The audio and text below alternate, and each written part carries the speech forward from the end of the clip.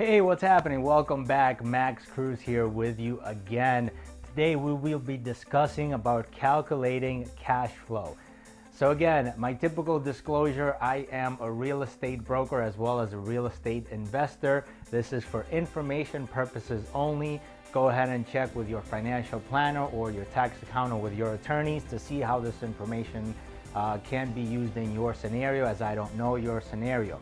Now, this is something that we do when we are analyzing deals for our investments or our clients, and these are some of the ways that maybe you're looking at it right now, and maybe you could add or take away certain things to work in your scenario.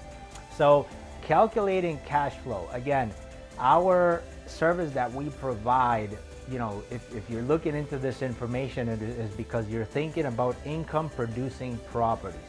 Whether it's a single family home, you could still look at this stuff, but again, this best applies to scenarios where you have multiple incomes from multiple units. So again, whether you're looking at a multifamily, whether you're looking at storage facilities, whether you're looking at assisted living facilities, office, commercial, buildings, etc., this is what we're talking about. We're talking about something that is actually paying you some rental, and you have that rental income, and then how do you analyze it?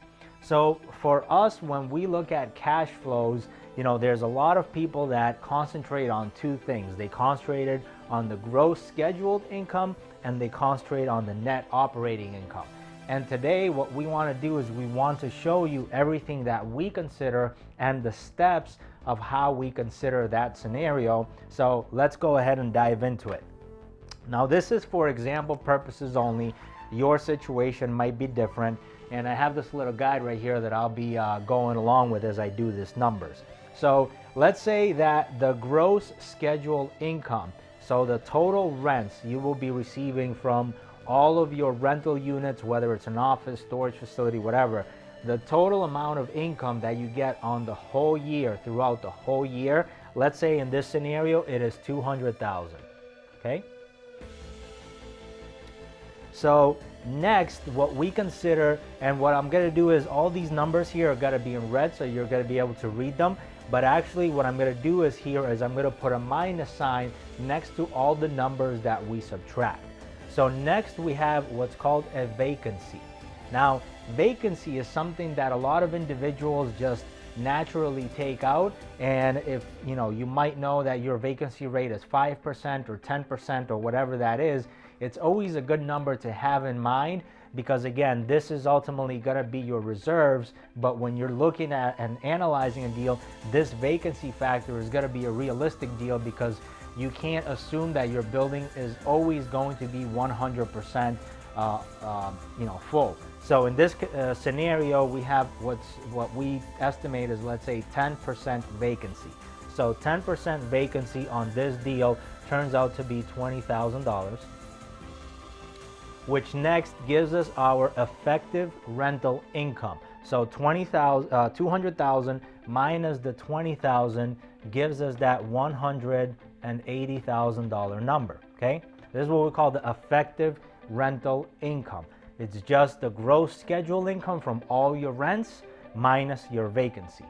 Then we look at other income. Let's say you had a washer and dryer facility on site. Let's say you had vending machines or whatever. There's additional income that you had from other sources.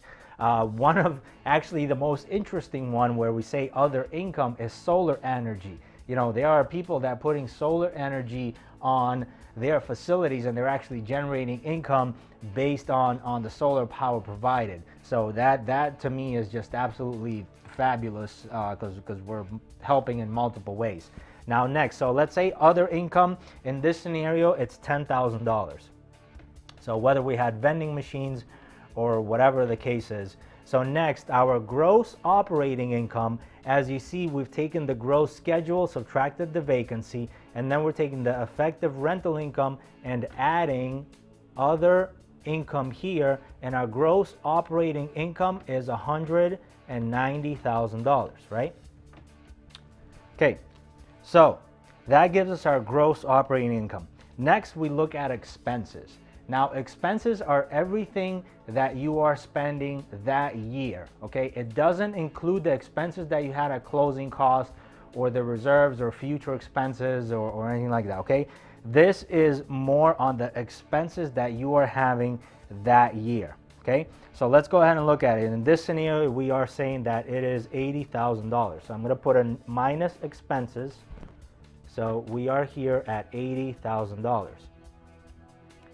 And then our NOI, net operating income, at that point is 190 minus the 80 is $110,000, right?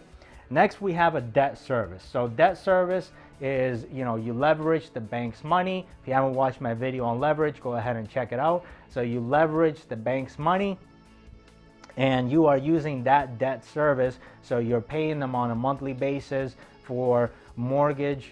You're paying them interest and the principal. So that's your debt service. And then there might be some other fees that are associated into it, etc. It's anything you're paying the bank on an annual basis. So in this scenario, our debt service was $86,000. Okay. So again, I'm minusing the debt service.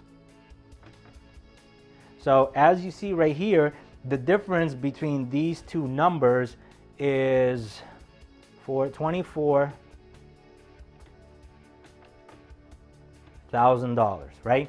Now this is our cash flow before taxes.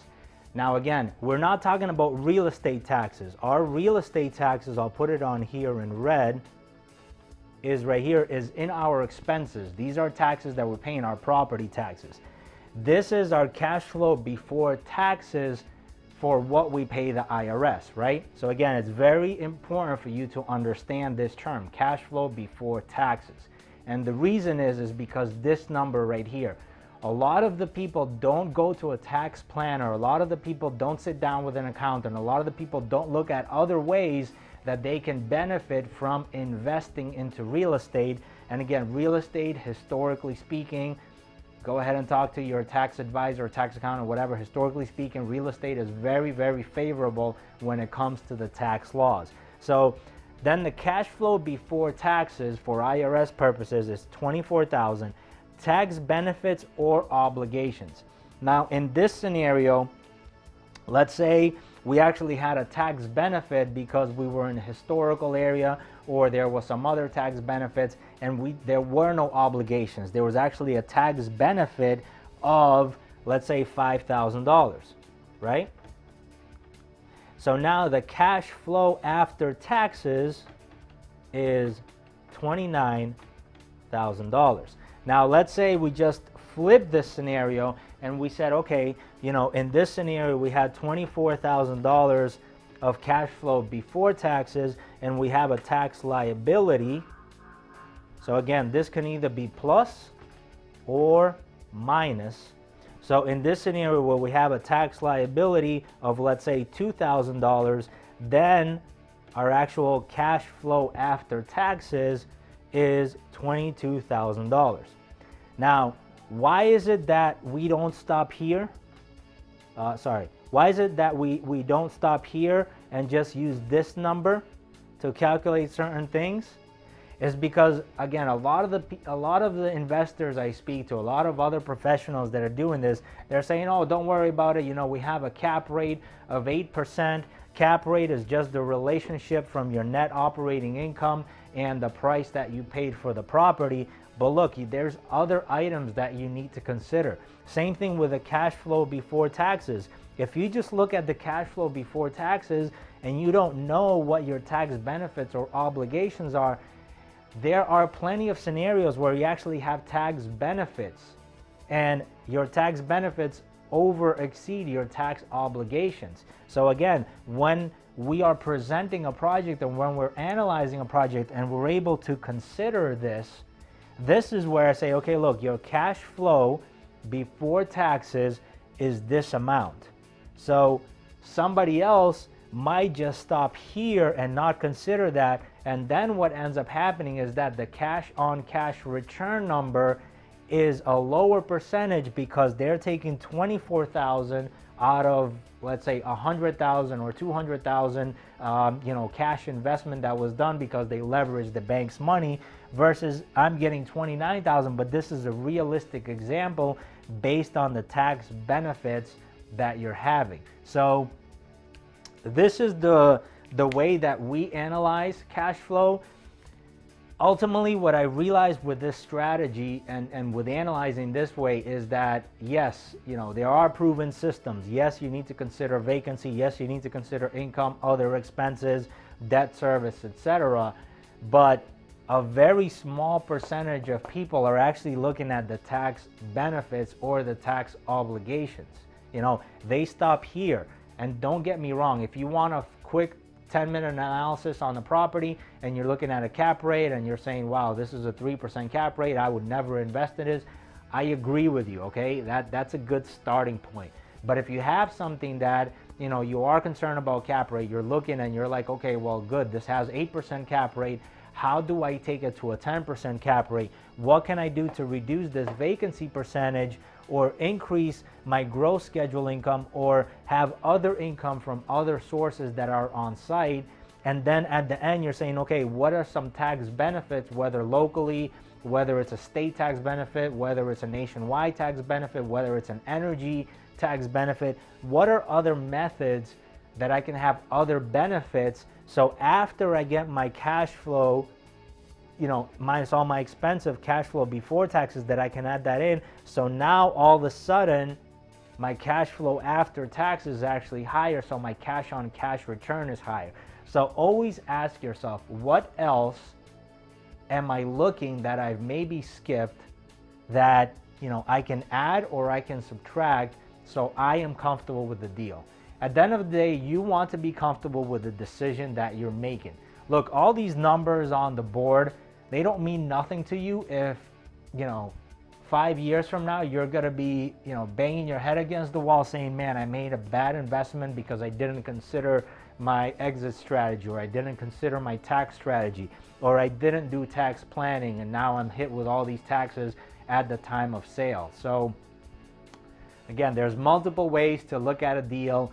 This is the way that we like to do it. This is the way that I was taught. This is the way that has worked for me. This is the way that we have generated good income for ourselves and other people that have looked at deals. As a real estate broker, what I can do is I can provide you with all these figures. I can provide you with a percent of vacancy that's estimated in that area. I can provide you with maybe other properties that are similar that you can say, okay, well, look, this property is getting an extra XYZ amount of dollars because they have a washer and dryer facility. Or maybe they had a large dog community, so they got approval to build a small little commercial area where they put a little convenience store and they put an actual dog care business or dog washing business. So now they have extra income from the rental of the commercial property, and on top of that, the owners of the building actually operate or partnered up with someone that operates the dog washing business or the pet care business. So that is additional income that is coming in outside of real estate. So again, there's all these other factors and services and things you can provide. Remember, if somebody is already living in your community or they're renting in your community, if you have an office, what other things are you going to provide that is going to benefit them? Right now in 2019, more and more we're seeing, digital marketing agencies. So think about it. Let's say you have an office building, and that office building is, has, I don't know, let's say a mix of 20 offices, and there's professional offices like attorneys, maybe there's a dental office, maybe there's a chiropractor, something like that. What if you partnered with actually a social media marketing agency and you said, okay, look, for everyone that rents from this building, we are gonna provide discounted social media advertising for you guys at a very ridiculous discounted price, but what you're doing is you're adding the benefit. So yes, if your typical client, let's say you charge them, I don't know, $500 a month for social media marketing, and the people that are within your building, you charge them 100, so you're giving them an 80% discount or whatever. Guess what? Next time you have a vacancy, or even if you have a vacancy right now, you're saying, hey, look, come and rent from us, because in our facility we like to help you with your business. So guess what? You're gonna offer them a true way to be able to grow and provide leads in their business with the social media marketing.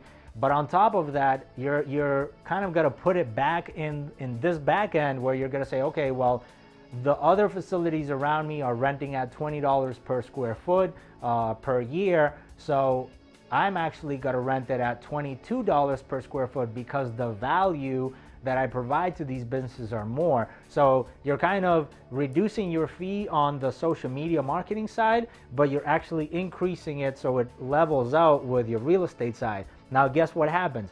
What happens is, again, this is just one scenario that can work in multiple ways. What happens is if this business comes in, they're utilizing the discounted services, the basic package on your social media marketing, their business is doing so good in your facility and is bringing them more business, and they say, okay, look, the social media things that you're doing for us is amazing. We want to go to the next package because we could see how our business is growing. Then you put them up on the next package, and then all of a sudden you're starting to generate other income from another business that's incorporated in your real estate business. So again, I gave you a residential example and I gave you a commercial one that can work depending on what you're going to do. Now, in a storage facility, because I know a lot of people have asked us about storage facilities, I don't know what you can provide. Maybe check with someone that does moving service, or I know a lot of storage facilities do like the free truck kind of thing. And then essentially what that does is, maybe it doesn't give them other income, but it reduces their vacancy rate, so it increases their effective rental income. So you see, the more service you provide for someone, the higher you can charge, because you're providing them that value. And again, you're always going to have customers. If you're competing on price, somebody is always going to beat you, because somebody is down the street is going to be $1 less expensive, or whatever the scenario is. But if you're competing on value and you bring so much value to your customers, whether it's people that are renting from you, offices, businesses, whatever the case is, they're going to stick with you for the long run, because you keep on providing that value. So that's a wrap on the calculating cash flow. This is how we do it. These are the factors that we consider. Hopefully this helps you. As a bonus, what I've actually done is I've created this little spreadsheet. You can plug in your own numbers, and again, it's just like my other checklist. This is just one thing that you could check off and say, okay, I've considered this, yes, I've thought about this, not a problem, I got this covered. So it's just a good little guide to get you planning and observing it from those scenarios. So thank you very much for tuning in. Stay tuned for my next videos. If you have any questions, go ahead and contact me. Send me an email if you want some additional information on this or anything else. Reach out to me and we'll help you out today. Have an awesome day.